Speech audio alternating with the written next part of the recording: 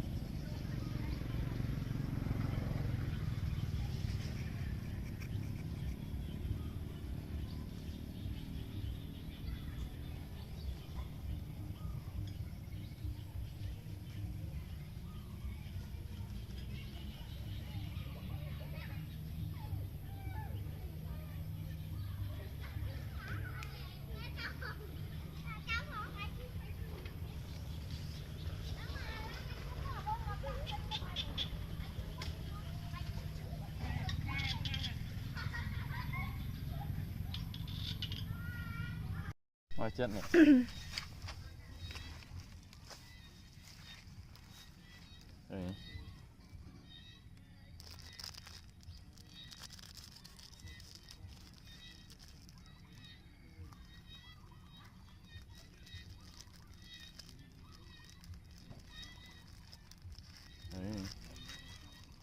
thôi cho má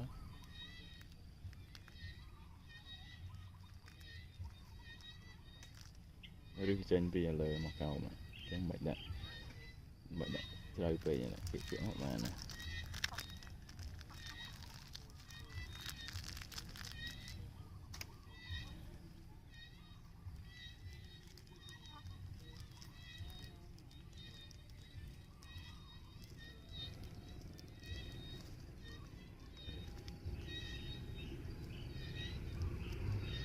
cho lúc sửa xong rồi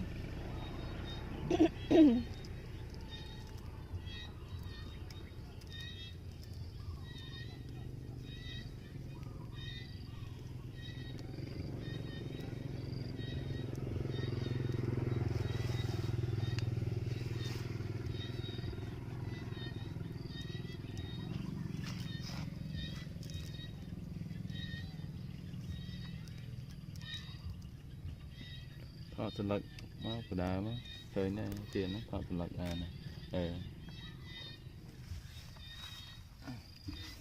hay zoom thò vậy nó thò vậy nó video đó thò vậy nó thò vậy lên cái màn này cái kênh đạp sân này ok let's stop này stop thân đó